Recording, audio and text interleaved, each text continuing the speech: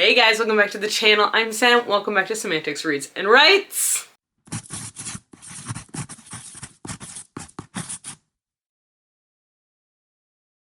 And let's talk about some anticipated reads. So I did one video like this last year, not on this channel, on a different channel, and then I didn't do another one. And I'm really sad about that because I love watching these anticipated reads videos, even though this one's going up super late and I'm filming it super late for an anticipated releases video.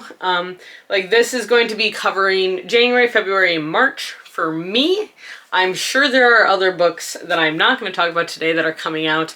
I will also have like 2 or 3 honorable mentions at the end, ones that I don't know as much about, but that I still am intrigued by. So yes, or I have reasons that I'm slightly hesitant. I'll get to those at the end. We're going to start off right away. We're going to start off in January. So the first day that I have anything that is released was actually January 7th. And I actually own 2 of the books, well, 3 of the books that I'm going to talk about that came out on January 7th. 2 of them I own physically, 1 of them I do have an e-copy of. And the first one I want to talk about, A Language of Dragons, which you can't really see here, but this is it. I'll put a bigger picture up here. But A Language of Dragons is a standalone YA novel by S.F. Williamson. London, 1923. Dragons soar through the skies and protests erupt in the streets, but Vivian Featherswallow isn't worried. She's going to follow the rules, get an internship studying dragon languages, and make sure her little sister never has to risk growing up third class. By midnight, Viv has started a civil war. With her parents arrested and her sister missing, all the safety Viv has worked for is collapsing around her. So when a lifeline is offered in the form of a mysterious job, she grabs it. Arriving at Bletchley Park, Viv discovers that she has been recruited as a code breaker helping the war effort. If she succeeds, she and her family can all go home again. If she doesn't, they'll all die. At first, Viv believes that her challenge of discovering the secrets of a hidden dragon language is doable. But the more she learns, the more she realizes that the bubble she's grown up in isn't as safe as she thought. And eventually, Viv must decide what war is she really fighting. I think this is really interesting. This is a debut novel as well, and Barnes & Noble does have it. That's where I picked mine up from. I do also know, I believe it's an enemies to lovers romance. It is slow burn, and so far it's gotten pretty good reviews. It's sitting at a 4.11 on Goodreads, which is pretty good. For having just over 1,100 reviews, so 1,100 reviews. That's pretty good, honestly. And it's so shiny. Like, this cover, I'm gonna bring closer now, is honestly, this cover for this book is absolutely gorgeous, and I absolutely love it. The really cool thing I found earlier, too, is that the spine, at least on my edition, does have something cool on it. See if you'll focus. Yeah, there you go. So look how cool that is. I think that looks really cool. There isn't anything on the rest of it, but I still think that just that is really cool. The next book that I am looking forward to is actually one that I'm currently reading, and that is The Starlight Heir by Amelia Howard. This is another standalone, and I'm really intrigued by it. Honestly, what got me was the cover. I love this winged fox on the cover. I think it's super intriguing. And let's get into the description. When the gold-dusted court invitation arrives at Suraya Saab's forge, she believes it's a joke.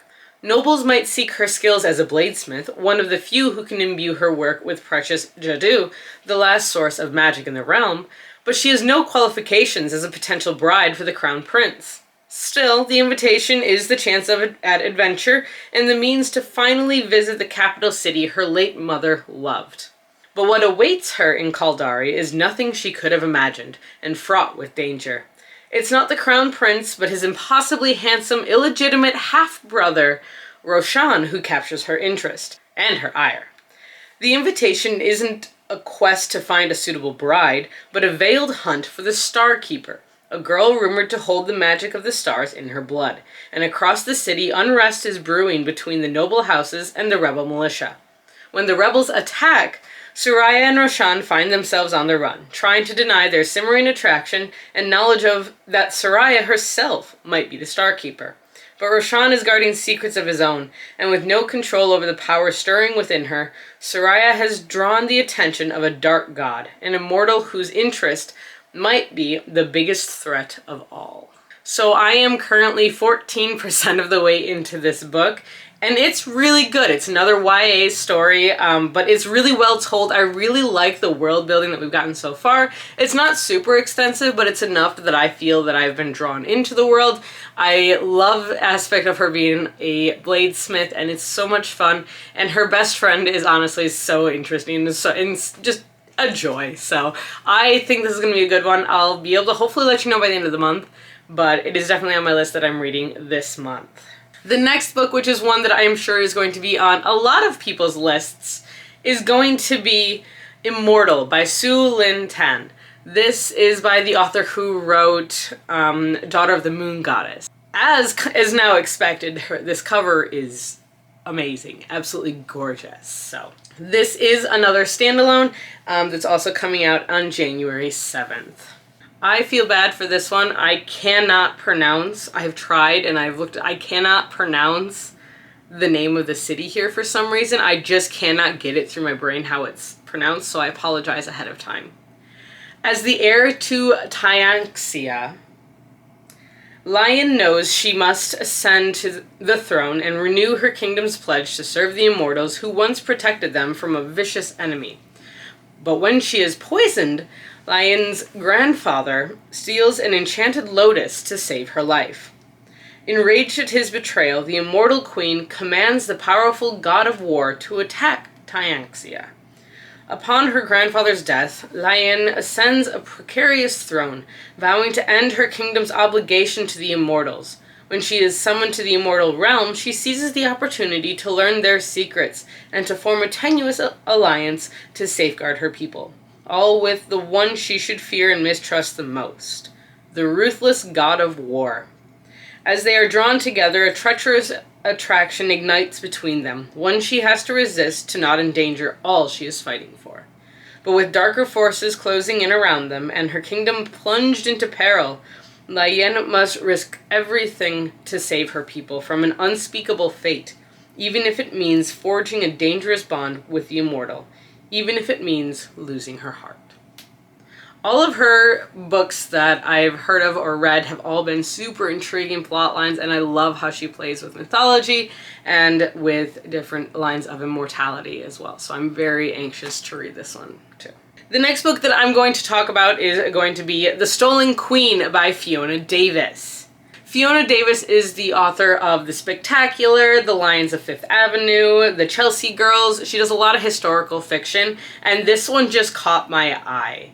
Egypt, 1936. When anthropology student Charlotte Cross is offered a coveted spot on an architectural dig in Egypt's Valley of the Kings, she leaps at the opportunity, but after an unbearable tragedy strikes, Charlotte knows her future will never be the same.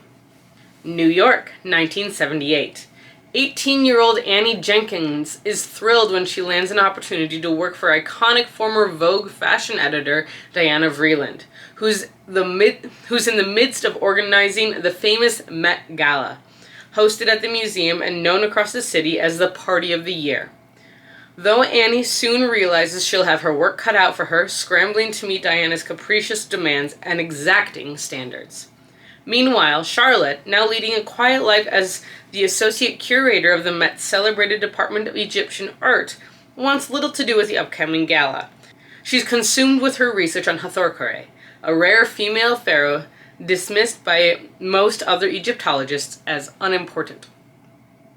That is, until the night of the gala, when one of the Egyptian art collection's most valuable artifacts goes missing, and there are signs Hathor's legendary curse might be reawakening. As Annie and Charlotte team up to search for the missing antiquity, a desperate hunch leads the unlikely duo to one place Charlotte swore she'd never return: Egypt. But if they're to have any hope of finding the artifact, Charlotte will need to confront the demons of her past, which may mean leading them both directly into danger. I'm very picky with my historical fiction, but honestly, this concept intrigues me so much that I might pick this one up completely, or I might just rent it from the library, but I'm very, very intrigued by it. The last book that I'm going to talk about fully that comes out on January 7th, or came out on January 7th, is Wake Up and Open Your Eyes by Clay McLeod Chapman. This one is neither fantasy nor historical fiction. This one is a thriller or a horror, whichever one you want to take it as. And honestly, I am so intrigued by this, I almost picked it up and started reading it today. And part of me still wishes I kind of had. Noah Fairchild has been losing his formerly polite Southern parents to far-right cable news for years. So when his mother leaves him a voicemail warning him that the Great Awakening is here, he assumes it's related to one of the many conspiracy theories she believes in. But when his own phone calls go unanswered, Noah makes the long drive from Brooklyn to Richmond, Virginia. There, he discovers his childhood home in shambles, a fridge full of spoiled food, and his parents locked in a terrifying trance-like state in front of the TV. Panicked, Noah attempts to snap them out of it and get medical help. Then Noah's mother brutally attacks him. But Noah isn't the only person to be attacked by a loved one. Families across the country are tearing each other apart, literally, as people succumb to a form of possession that gets worse the more time they spend watching particular channels, using certain apps, or visiting certain websites. In Noah's Richmond-based family, only he and his young nephew Marcus are unaffected. Together, they must race back to the safe haven of Brooklyn, but can they make it before they fall prey to the violent hordes? This feels like a book to read in this modern era, honestly, but that's about as much as I'm going to say on that topic. But honestly, I'm super intrigued by this. I really like the cover. Several of the faces have the static from like when TV gets staticky on it, which I think is a really cool art style, and I really want to read this book. And I think it's going to be a very interesting reflection on society and on our media and all of that. So I'm intrigued. I would like to read it. Yes, please. That's why I have a copy. That's why I went out and bought a copy of this one. I am going to give an honorable mention on January 7th. Also, a book called Temple of Swoon is coming out. This is by Joe Segura. I did read the first book in this series. I gave it a 3 out of 5. It was fine. It wasn't anything super new to me, but I have hoped since the last one, what was it, Raiders of the Lost Heart was the first one, and then we got Temple of Swoon. These are romances, in case you can't tell.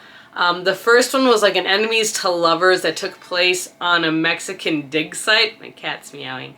And it was fine. I think she just is still perfecting her craft. So I am curious to see where it goes, but I'm not putting this as a super anticipated one. This is more one I will probably rent from the library eventually to see what I think about how her writing has improved over the books. Because generally speaking, authors improve as they write books. That's how writing works. All right, we're going to move on to January 16th, when The Baby Dragon Cafe by Amana Qureshi comes out. This is the first book in the Baby Dragon series. A cozy fantasy romance is what I know about it. All right. When Saphira opened her cafe for baby dragons and their humans, she wasn't expecting it to be so difficult to keep the fires burning. It turns out young dragons are not the best magical animals to keep in a cafe. And replacing all that burnt furniture is costing Saphira more than she can afford from selling dragon-roasted coffee. Aiden is a local gardener and a local heartthrob, more interested in his plants than actually spending time with his disobedient baby dragon. When Aiden walks into Saphira's cafe, he has a genius idea. He'll ask Saphira to train his baby dragon, and he'll pay her enough to keep the cafe afloat. Saphira's happy-go-lucky attitude doesn't seem to do anything but irritate the grumpy but gorgeous Aiden, except that everywhere she goes, she finds him there. But can this Dragon Cafe owner turn her fortunes around and maybe find love along the way?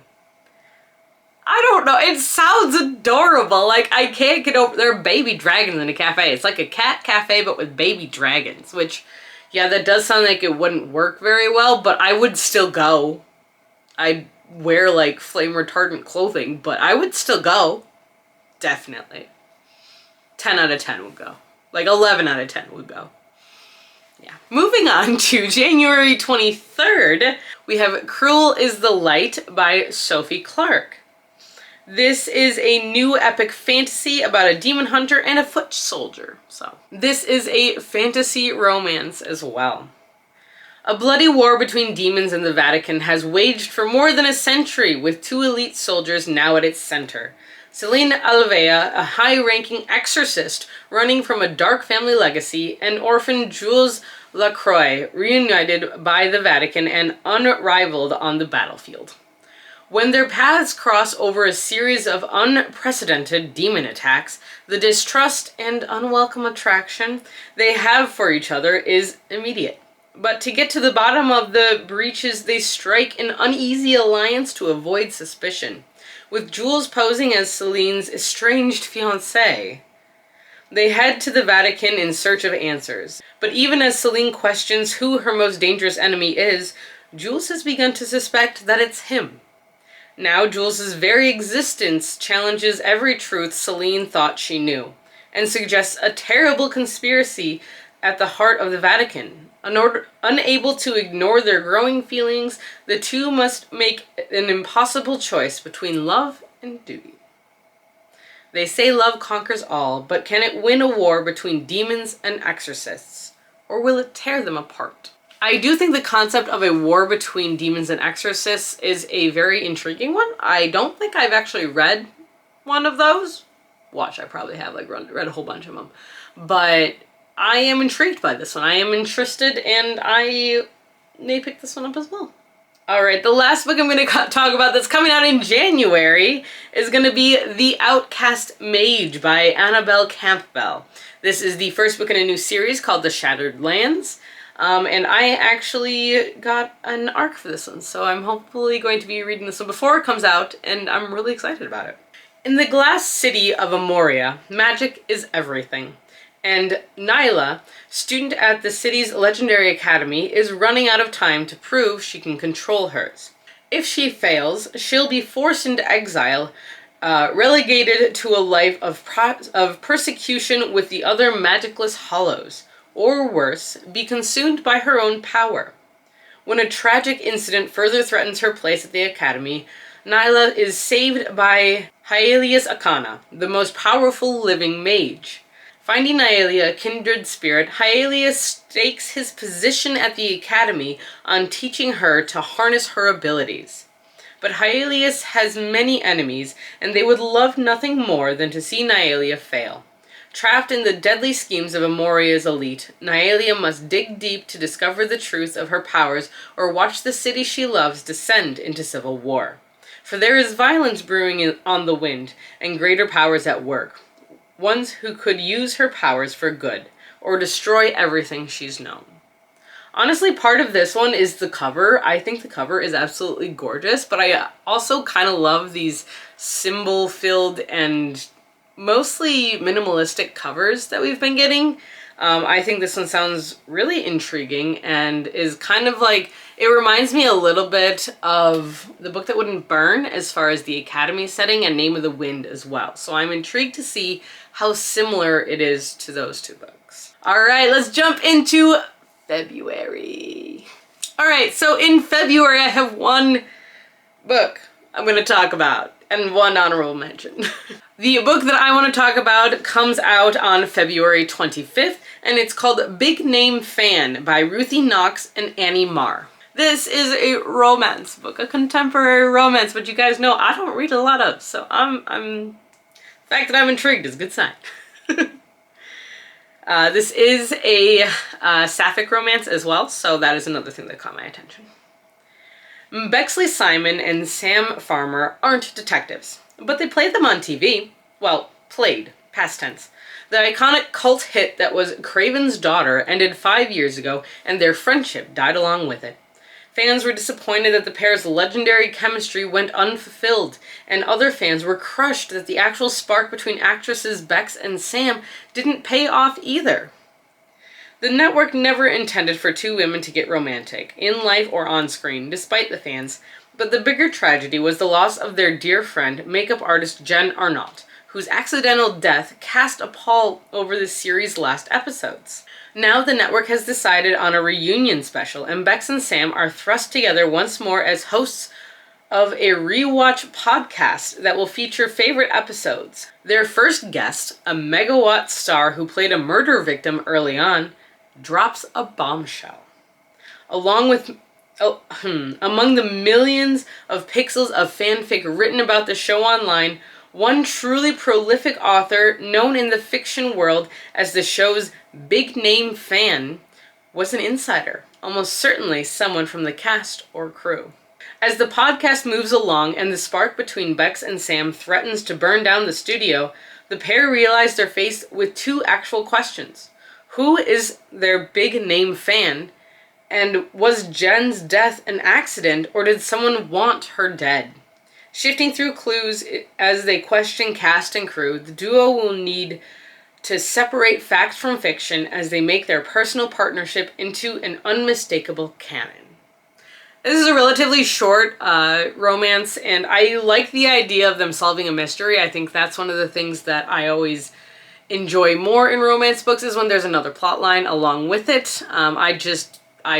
I enjoy those a lot more. That's just a me thing. That's just a personal thing. My honorary mention for February, so honorary mention, goes to I Got Abducted by Aliens and Now I'm Trapped in a Rom-Com by Kimberly Lemming. She is the author of That Time I Got Drunk and Saved a Demon, That Time I Got Drunk and Yeeted a Love Potion at a Werewolf, and That Time I Got Drunk and Saved a Human, that trilogy. And there's a fourth one, I believe, coming out as well. So maybe not. Maybe this is what she did afterwards. But there's a dinosaur on the cover. And if there's anything that'll get me to read a book, it's honestly a dinosaur on the cover. Within reason.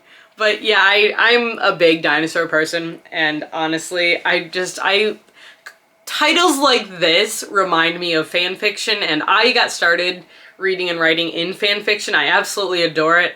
There are some that should never be read again, and there's others that should be published as novels. So this kind of title though definitely reminds me of fan fiction, and I will probably end up borrowing it from the library.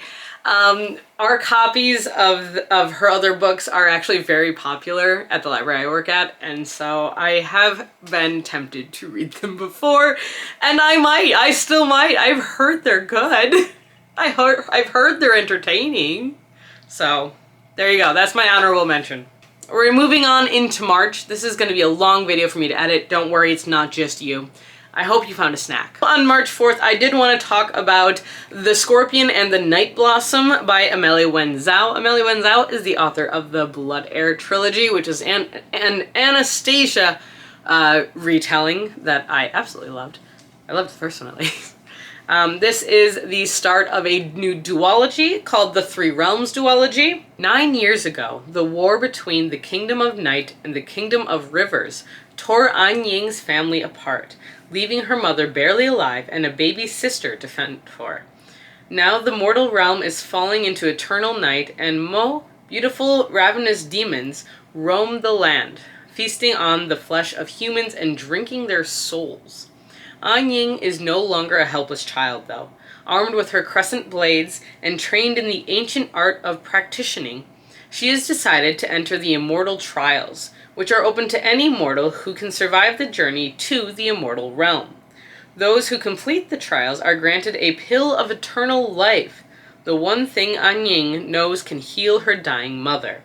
But to attain the prize, she must survive the competition.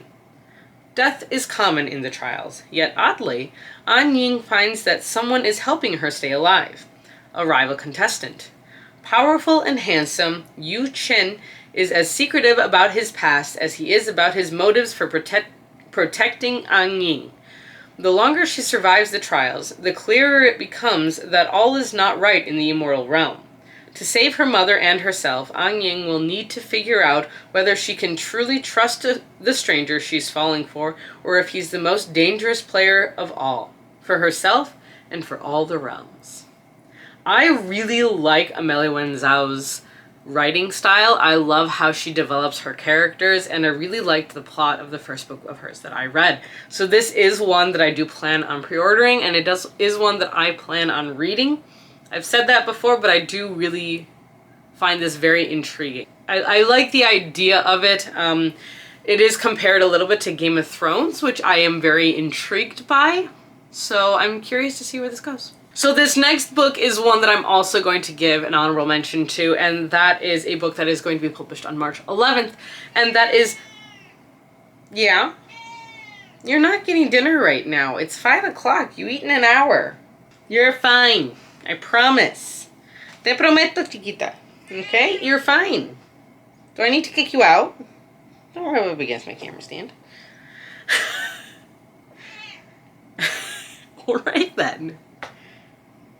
The next book is going to be an honorable mention, and that is one that comes out on March 11th. I debated talking about this one, but I DNF'd the last book that I read from this author, but this one sounds intriguing, and that's Fan Service by Rosie Danan. I DNF'd Do Your Worst. I didn't like our main character. I could not get into her personality, unfortunately, and that was a me thing. That wasn't an author thing, that was a me thing. And I heard that it was a relatively good story, but this is her next paranormal book, and it is movie related. That's what I know, and I'm pretty sure it's like the star of some teen show becomes a werewolf. Or he is a werewolf. I'm not sure which one it is, but it's got an interesting cover. And so this one is honorable mention, because I can't in good conscience tell you to go read it when I DNF'd one of her books, unfortunately. But yes, it is an honorable mention because for personal reasons, I'm going to check this one out from the library, see how it is. That's about it. The next book I'm going to talk about is actually a nonfiction, and I haven't really talked about a lot of nonfictions in anticipated reads, but I do want to start getting back into reading them. And this one feels like something that I could really get into, because I know I like this author as well. And that is Everything is Tuberculosis, The History and Persistence of Our Deadliest Infection by John Green. So I am going to read the description for this one. It is a little bit different, again, because it is nonfiction, but here we go. Tuberculosis has been entwined with humanity for millennia. Once romanticized as a malady of poets, today tuberculosis is a disease of poverty that walks the trails of injustice and inequality we blazed for it. In 2019, John Green met Henry, a young tuberculosis patient at Laka Government Hospital in Sierra Leone while traveling with Partners in Health. John became fast friends with Henry, a boy with spindly legs and a big goofy smile. In the years since that first visit to Laka, Green has become a vocal and dynamic advocate for increased access to treatment and wider awareness of the healthcare inequalities that allow this curable, treatable, infectious disease to also be the deadliest, killing 1.5 million people every year. In Everything is Tuberculosis, John tells Henry's story, woven through with the scientific and social histories of how tuberculosis has shaped our world and how our choices will shape the future of tuberculosis. I think especially given what's going on right now in the world, stories like this are very important to read and very important to know. So that way we recognize what's actually going on in the rest of the world. Because I don't think we see it a lot, especially in the bubble here. We really don't. So, to end on a completely different note, I have one last book that will be coming out on March 25th that I am excited to look into, and that is If I Dig You by Colby Wilkins. This is a sapphic romance with an adventure story attached to it. Archaeologists Isadora Ross and Louise Morgenstern have been best friends for 16 years. But ever since Lou went back on a promise, broke off her toxic engagement, and took a once-in-a-lifetime job on a dig in Turkey, leaving Izzy behind, their relationship has been teetering on a precipice. Lou's been back a year, and Izzy's avoiding her, struggling with her resentment and unrequited romantic feelings. She throws herself even further into her never-ending search for her mom, who went missing on a research trip in the mountains 14 years ago. But when Izzy unearths an old journal of her mom's indicating that the legends of lost Cherokee gold were more than legends, and she and Louise are Kidnapped by a wealthy private collector who's also been searching for it, they are forced to work together. After escaping, all they have is a half-empty pack of supplies they stole from the camp, a broken compass, and the clothes on their backs and each other. Now they must navigate not only the complicated feelings between them, but also predators, the weather, and even the dark as they race through the mountains. Lizzie will have to decode her mom's map in order to find the gold and get them out alive. Apparently, I haven't read anything else by Colby Wilkins, but she did come out with a book called If I Stopped Haunting You. I believe it was last year, something like that. And it looked like a lot of fun. So these are the books that I am excited to read this year. For the first 3 months of the year, I am hoping to do these once every quarter, so that way I can kind of just, because otherwise they're just going to be really long, because I don't pick and choose well. I just go for all of the books that I find interesting and need to share them all with you all the time. So I don't know if you noticed, it got dark as I filmed this, so I'm really sorry if the lighting changed, but c'est la vie, that's what I get for using natural light for at least some of my filming. Editing Sarah here. So I left out 2 books that I am planning on reading first half of the year, and both of them are actually sequels, and I think that's why I missed them. One is Hell to Pay, which is the 3rd book in the Tear Down Heaven series by Rachel Aaron. I have talked about this one before. I'm not going to explain this 3rd book, but this is a magical adventure story that takes place like in a version of our world where there is magic, where there are witches, and where there are demons. And it is about a witch who he hires a band of mercenary demons to act as his He hires a band of mercenary demons to act as his bodyguard as he attempts to take down the big bad that's been persecuting them for centuries, basically. And the second one is the 4th book in the Wimbrel House series by Charlie N. Holmberg, and it's called Wizard of Most Wicked Ways. I have only read the first 2 books in this series. I didn't realize it was going to be this long of a series. I honestly thought it was just going to be a trilogy. I am very whitewashed right now. I'm sorry. It's my camera. It's not focusing on me. But this one was about a haunted house that had an attitude, basically, and the man who inherited it called in a witch who specializes in haunted houses, and she's trying to figure out what's going on with this house. So it's a good series. I absolutely loved it. I love the first 2 that I read, and I'm in the process of reading the 2nd book in the Tear Down Heaven series as well. But I wanted to put those in because those are books that I'm very excited about, and they're ones I did not talk about in this video. Okay, back to your regular scheduled program.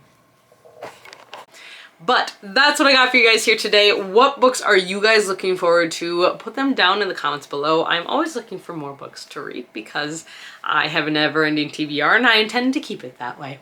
So until next time, guys, stay safe, stay healthy, keep reading, and keep moving forward. Bye!